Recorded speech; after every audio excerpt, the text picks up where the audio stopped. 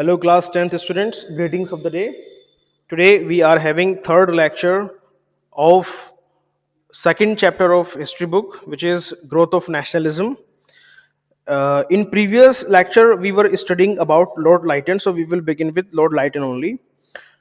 About Lord Lytton, we have already studied about his repressive policies, like his infamous Vernacular Press Act of 1878, Arms Act, and organization of Grand Delhi Darbar to proclaim Queen Victoria as the Empress of India, right? So we will study about Lord Lytton. He was an English statesman and poet. He served as Viceroy of India between 1876 and 1880, during which time Queen Victoria was proclaimed Empress of India. He is largely responsible for economic distress in India. Okay. Then fourth topic is landholder society uh, or Zamindar Sabha. It was also called Zamindari Association or Zamindari Sabha. It was established by Dwarka Nath Tagore along with uh, Prasanna Kumar Tagore, Radha Kant Dev, Ram Kamal Sen, and Bhabani Charan Mitra, with the objective to safeguard the interest of landholders in Bengal. It was the first organization of Bengal with a political object. So we have already studied that it was the first political organization, landholder society, right? And we have also this was, you can say, a society or association formed by various landlords, okay, to safeguard their interest, right? Then the last point is safety valve theory. This is very important. I have already explained you about safety valve theory. According to this theory, the Congress was set up to channelize the discontent of people to a forum where they could verbalize their grievances and give vent to their feelings and save the British from facing an open revolt. Okay, so people say कि why Indian National Congress was formed, okay, why Britishers helped the formation of Indian National Congress. So some people gave their answer that कि it worked as a safety valve, like we are having safety valve is a valve which prevent you from some damage, okay, like you must have seen a valve on pressure cookers is there, okay, one whistle is here, and below that one valve is there, okay. When there is a immense pressure under the cooker, in cooker, then what happens, if the whistle is functioning well, then pressure is released. If the whistle is not functioning well, then what happens, if it is blocked, then the pressure keep accumulating inside the cooker, and then it blasts, okay. But if we are having a valve there, then that valve get open, right, and a hole become in the cooker and entire gas is released, okay. So likewise, you can say that India was just like a pressure cooker at the time, where the anger against the Britishers, the discontentment of Indians against the Britishers was increasing, right? And Indian people, sorry, British people were not doing any welfare work or any work for the betterment of India, okay, which could release that anger against the British. So it was accumulating, okay. If uh, it was allowed to accumulate further and further and further, then you know what would happen, it would have burst into it would have burst like the revolt of 1857, okay.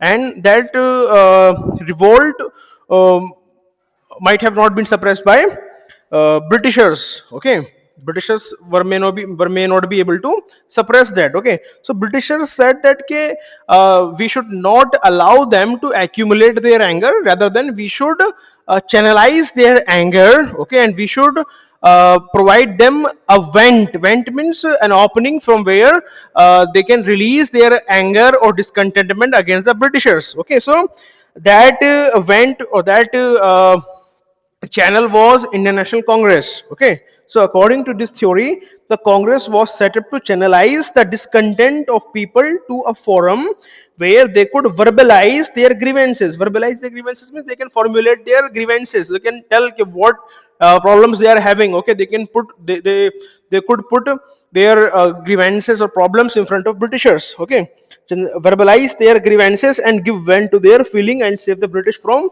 facing an open revolt. Okay, so that was safety wall theory. Now we are having some important dates. You have to remember that. Like in 1828, Brahmo Samaj set up by Raja Ram Mohan Roy. After that, 1829 will come here. In 1829, uh, Raja Ram Mohan Roy's efforts, became successful, and Sati was banned by William Bantic. Then in 1838, Landholder Society, founded by Dwarkanath Tagore, we have already studied. Okay. Then 1875, Arya Samaj, set up by Dayanand Saraswati, and 1877, Grand Delhi Darbar was organized. Okay, just 1 year before the passing of Vernacular Press Act in 1878. In 1878, Vernacular Press Act was passed. Indian Arms Act was passed. We have already studied about Vernacular Press Act and Arms Act. And in 1883, CP Ilbert Bill was passed. Okay, Indian National Conference by Surendranath Banerjee was also formed. Okay, in 1883 only. In 1883, CP Ilbert Bill controversy took place, and Surendranath Banerjee formed Indian National Conference also. This is the same conference, okay, which was merged with Indian National Congress in second session of Indian National Congress organized at Kolkata, okay, where the president of the session was uh, who was the president? Dadabhai Nauroji. Then 28 December 1885, foundation of Indian National Congress. Okay, right? This and this get merged with each other, right, in 1886. Then 1829, ban on Sati Pratha means immolation of widows, okay, by William Bentinck. And in 1873, Satya Shodhak Samaj by Jyotiba Phule was also founded. So this was all about our chapter 2. Okay, we have studied here. You have to give much importance to Indian National Congress. Okay, I'm telling you again a little about Indian National Congress. See, the some leaders like Firoz Shah Mehta, Dadabhai Nauroji, Badruddin Tayyabji, they wanted to make an all India political association, okay, which could, you can say, provide a platform to the Indian people to put forward their grievances in front of Britishers. Sorry, right?